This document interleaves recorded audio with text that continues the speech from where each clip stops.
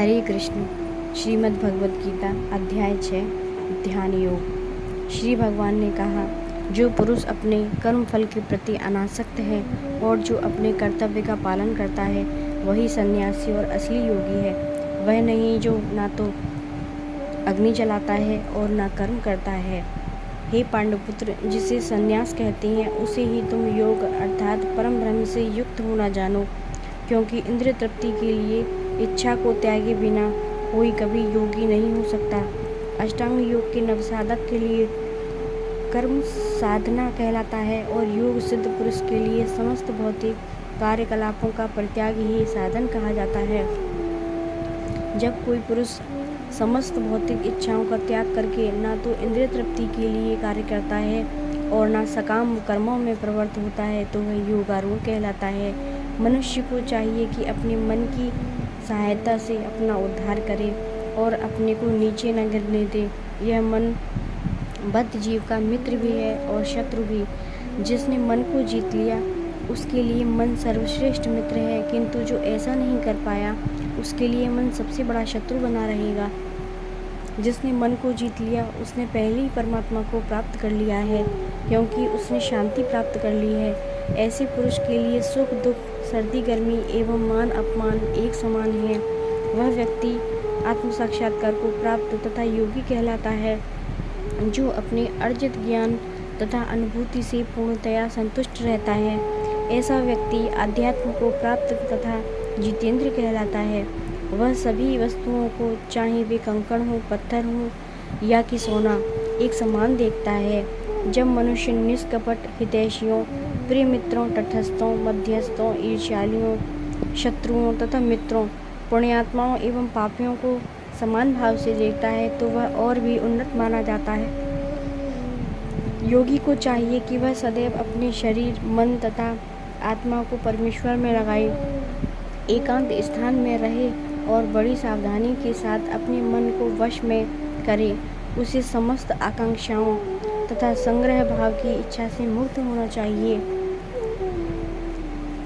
योगाभ्यास के लिए योगी एकांत स्थान में जाकर भूमि पर कुशा बिछा दे और फिर उसे मृगशाला से ढके तथा ऊपर से मुलायम वस्त्र बिछा दे। आसन ना तो बहुत ऊंचा हो ना बहुत नीचा। यह पवित्र स्थान में स्थित हो। योगी को चाहिए कि इस तरह दृढ़तापूर्वक बैठ जाए और मन, इंद्रियों तथा कर्मों को वश में करते हुए तथा मन को एक बिंदु पर स्थिर करके हृदय को शुद्ध करने के लिए योगाभ्यास करे। योगाभ्यास करने वाले को चाहिए कि वह अपने शरीर, गर्दन तथा सिर को सीधा रखे और नाक के अगले सिरे पर दृष्टि लगाए। इस प्रकार वह अविचलित तथा दमित मन से, भय रहित विषयी जीवन से पूर्णतया मुक्त होकर अपने हृदय में मेरा चिंतन करे और मुझे ही अपना चरम लक्ष्य बनाए। इस प्रकार शरीर, मन तथा कर्म में निरंतर संयम का अभ्यास करते हुए संयमित मन वाले योगी को इस भौतिक अस्तित्व की समाप्ति पर भगवत धाम की प्राप्ति होती है। हे अर्जुन, जो अधिक खाता है या बहुत कम खाता है, जो अधिक सोता है अथवा जो पर्याप्त नहीं सोता, उसके योगी बनने की कोई संभावना नहीं। जो खाने, सोने, आमोद प्रमोद तथा काम करने की आदतों में नियमित रहता है वह योगाभ्यास द्वारा समस्त भौतिक क्लेशों को नष्ट कर सकता है। जब योगी योगाभ्यास द्वारा अपने मानसिक कार्यकलापों को वश में कर लेता है और आध्यात्म में स्थित हो जाता है, अर्थात समस्त भौतिक इच्छाओं से रहित हो जाता है, तब वह योग में सुस्थिर कहा जाता है। जिस प्रकार वायु रहित स्थान में दीपक हिलता डुलता नहीं, उसी तरह जिस योगी का मन वश में रहता है वह आत्म तत्व के ध्यान में सदैव स्थिर रहता है। सिद्धि की अवस्था में, जिसे समाधि कहती हैं, मनुष्य का मन योगाभ्यास के द्वारा भौतिक मानसिक क्रियाओं से पूर्णतया संयमित हो जाता है। इस सिद्धि की विशेषता यह है कि मनुष्य शुद्ध मन से अपने को देख सकता है और अपने आप में आनंद उठा सकता है। उस आनंदमय स्थिति में वह दिव्य इंद्रियों द्वारा असीम दिव्य सुख में स्थित रहता है। जिस प्रकार स्थापित मनुष्य कभी सत्य से विपत नहीं होता, और इस सुख की प्राप्ति हो जाने पर वह इससे बड़ा कोई दूसरा लाभ नहीं मानता।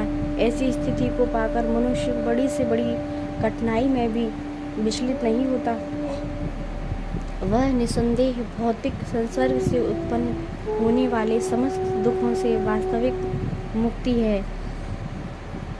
मनुष्य को चाहिए कि संकल्प तथा श्रद्धा के साथ योगाभ्यास में लगे और पथ से विचलित ना हो। उसे चाहिए कि धर्म से उत्पन्न समस्त इच्छाओं को निरपवाद रूप से त्याग दे और इस प्रकार मन के द्वारा सभी ओर से इंद्रियों को वश में करे। धीरे धीरे क्रमश पूर्ण विश्वास पूर्वक बुद्धि के द्वारा समाधि में स्थित होना चाहिए और इस प्रकार मन को आत्मा में ही स्थित करना चाहिए तथा अन्य कुछ भी नहीं सोचना चाहिए। मन अपनी चंचलता तथा अस्थिरता के कारण जहाँ कहीं भी विचरण करता हो, मनुष्य को चाहिए कि उसे वहाँ से खींचे और अपने में लगाए। जिस योगी का मन मुझ में स्थिर रहता है वह निश्चय ही दिव्य सुख की सर्वोच्च सिद्धि प्राप्त करता है। वह रजोगुण से परे हो जाता है। वह परमात्मा के साथ अपनी गुणात्मक एकता को समझता है और इस प्रकार अपने समस्त विगत कर्मों के फल से निवृत्त हो जाता है। इस प्रकार योगाभ्यास में निरंतर लगा रहकर आत्मसंयमी योगी समस्त भौतिक कल्मश से मुक्त हो जाता है और भगवान की दिव्य प्रेमा भक्ति में परम सुख प्राप्त करता है। वास्तविक योगी समस्त जीवों में मुझको तथा मुझ में समस्त जीवों को देखता है। निसंदेह स्वरूप सिद्ध व्यक्ति मुझ परमेश्वर को सर्वत्र देखता है। जो मुझे सर्वत्र देखता है और सब कुछ मुझ में देखता है, उसके लिए ना तो मैं कभी अदृश्य होता हूँ और ना मेरे लिए वह अदृश्य होता है।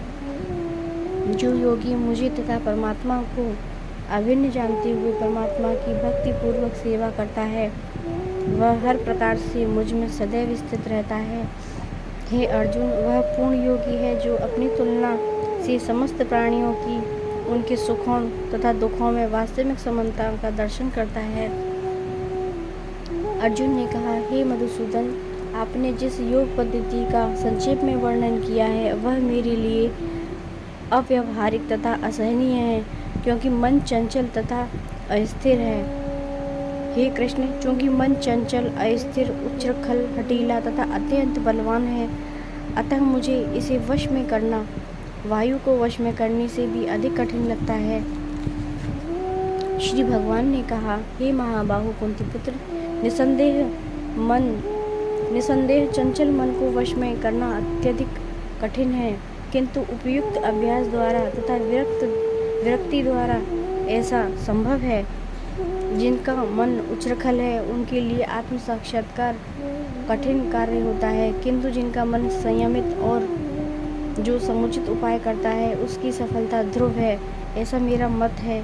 अर्जुन ने कहा, हे कृष्ण, उस असफल योगी की गति क्या है जो प्रारंभ में श्रद्धा पूर्वक आत्म साक्षात्कार की विधि ग्रहण करता है, किंतु बाद में भौतिकता के कारण उससे विचलित हो जाता है और योग सिद्धि को प्राप्त नहीं कर पाता।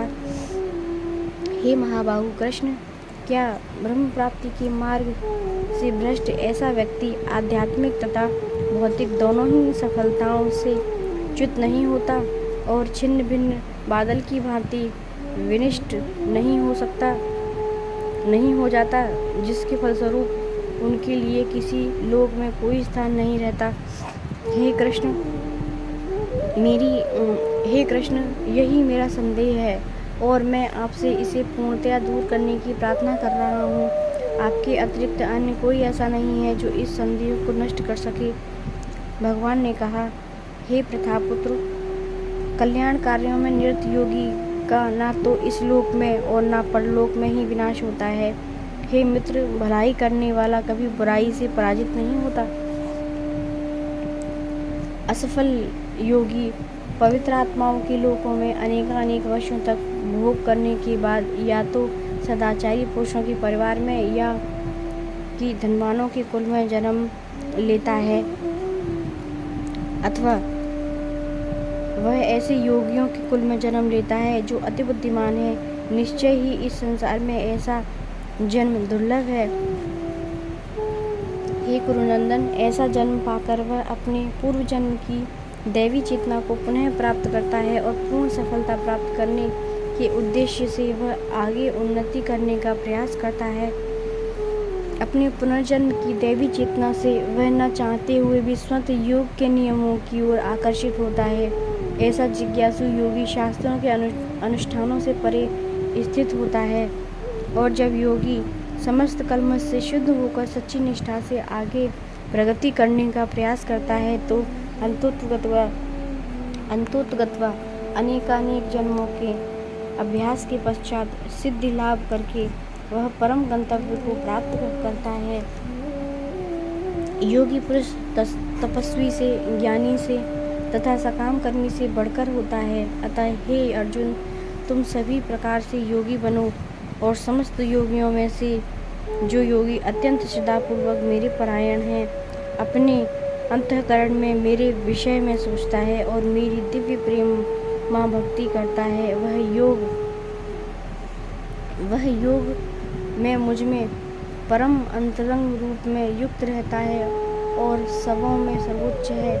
यही मेरा मत है। हरे कृष्ण।